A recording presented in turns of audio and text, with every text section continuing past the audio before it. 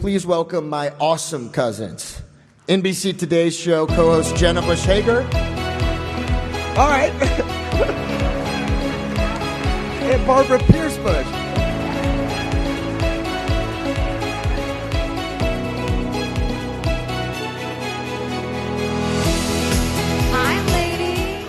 How does it feel to be here on such a special night? We celebrate reading, your grandma's passion, and out your new book. Congratulations. Just 2 days ago you launched it.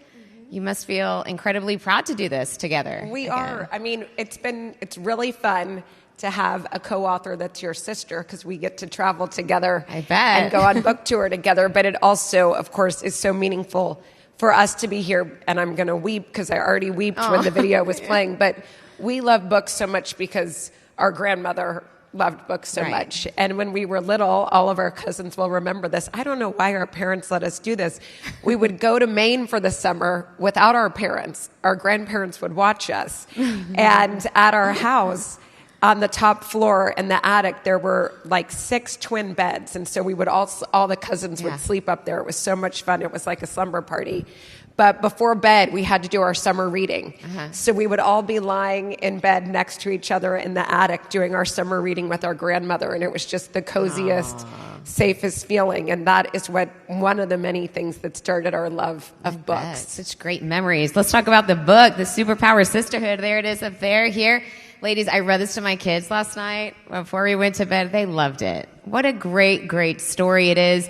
And congratulations again. I wanted to ask you, how did you guys come up with the idea, the storyline, and that you wanted to write a children's book? Well, this is our second children's book, and our first one was called Sisters First, which Barbara and I wrote really as a love letter to each other and to my little girls.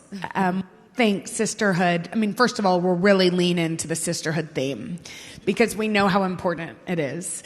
And so Superpower Sisterhood is about an only child, which is kind of a strange sisterhood book, but it's based off of our mom, who, although she never had a sibling, and her first memory is actually being at a hospital, looking through a plexiglass wall, seeing a baby that wasn't going to live, but wishing he would, so that she would have a little brother. And so even though she didn't have sisters, she had her best friends from Midland, Texas, who were still her sisters, who are still her little superpower sisterhood. They travel to a different national park every year and hike. They took us once, but they've never done it again. And this book is about how sisterhood in all of its forms, and cousins and friends and colleagues and strangers, makes us more powerful than we ever thought possible. And I always tell my girls that one voice can be only so loud, but when you have a chorus of your friends that feel empowered to make change, to do something, you can do a lot. Absolutely. You know, as I was thinking about siblings as I was reading this and how different siblings are. You know, your girls are probably so different from each other. And many times, you know, people tend to label the kids and say, oh, she's a smart one, or he's the shy one, or, you know, or that's the most outgoing one. And being in the public eye, you might have felt that people have done that with you. Maybe have said, you're the outgoing one, or you're the shy one. But what role do you see yourself playing as sisters? And this is kind of a two-part question. And what's your superpower? And what role do you play? Does that superpower play in your sisterhood? Well, the world might have compared us, but luckily our family really didn't, which is such a gift. Mm-hmm. And I think when you're twins, people want one to be, you're supposed to be the inverse, it seems, is what people think. But actually, we love all the same things. Which love a mystery. Love you too. A mystery. We love a mystery. That must be genetic. It is genetic. We also love food and sleeping, kind of love the basics. Some exercise. Some basics and exercise. Yeah. But I would say just survival, basically survival. I would say my sister's superpower, which has made my life incredibly joyful, because obviously since we're twins, I've never known the world without her. Her superpower is making other people laugh and bringing joy to other people. And that's meant that I've laughed for whole life. sadly 40 Yeah. years now. And that's what she does every morning. She ended up in the perfect job. She's an entertainer, and every morning she brings joy to people that are watching her on the Today Show. Barbara's superpower is that she has an enormous heart. It reminds me a little bit of Gampy's heart and her gentleness. She also, in the same way that Gampy did, uses that heart for action.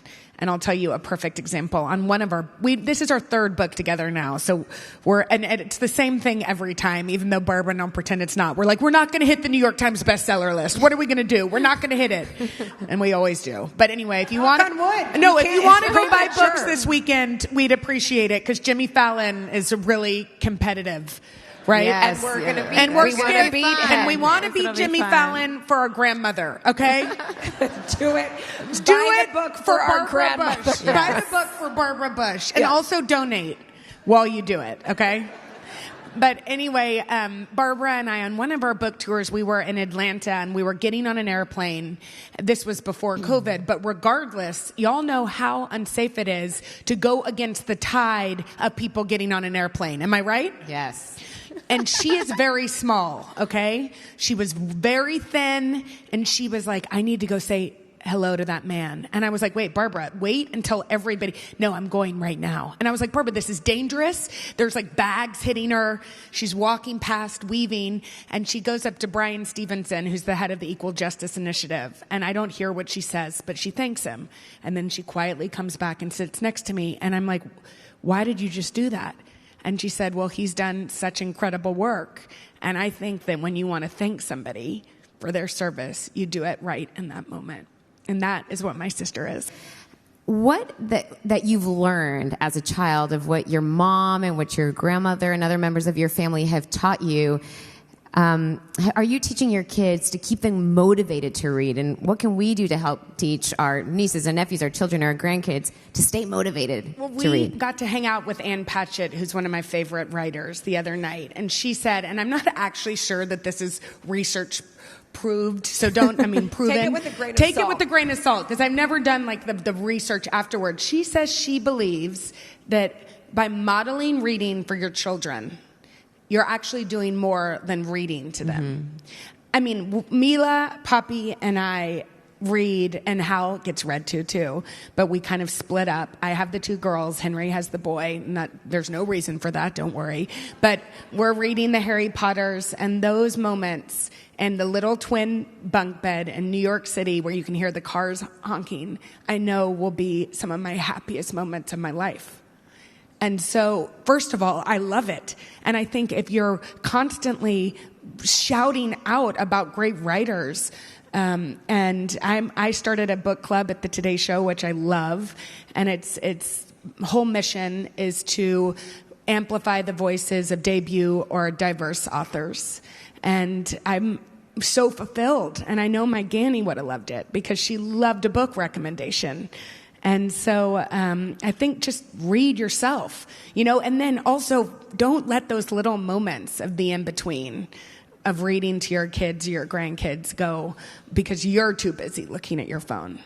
Take those precious moments, because I feel like it's easy to say, get the kids off the devices, but we're the ones that are on them too. Yeah.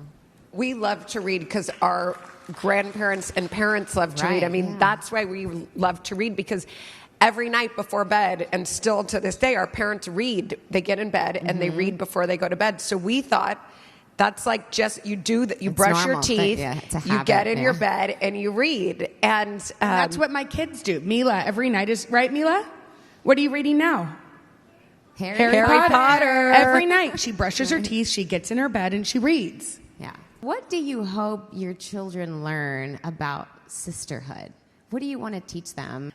When Poppy was a new baby, Mila and I and Poppy and their dad Henry we were driving, and all of a sudden Mila looks at her baby sister and she goes, "Mommy, Poppy's gonna rule the world." First of all, that's all I want. I want my kids to be the type of kids that lift each other up, but also lift up their friends, lift up strangers. That's all that matters. And I said, well, Mila, maybe Poppy could be president. Maybe she could actually at least rule the country. Maybe she could be president. And Mila looked at me and she goes, no, Mommy, all presidents are men. Uh-oh. First of all, I was like, Henry, we have got to put her in gifted and talented. She knows history. She's a genius. And then Henry reminded me that she'd met 2 presidents that were men, so, could have it skewed. But I thought, like, that's not what we want for our girls. We've got to change that, first of all. But second of all, that's what I want, I want my kids to feel empowered. But I don't want just my kids who have, the luckiest draw in the world with a family that loves them so much.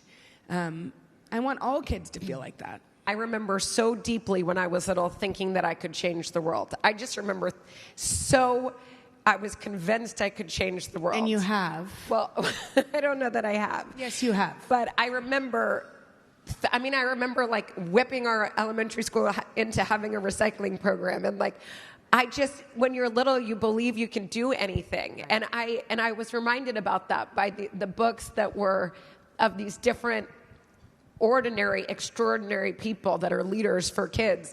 And I want my daughter, I want to maintain that belief in her, and not for her to get cynical, but for her to love the world and love other people and believe that every day she can try to make it better in whatever her unique, special way is. Congratulations, ladies, on this Thank new you so book, much, and The thank you, Uncle Superpower Neil. Sisterhood. Thank you, Uncle Neil, for Thank having you, us. Neil and Maria. Thank you, everyone, for coming.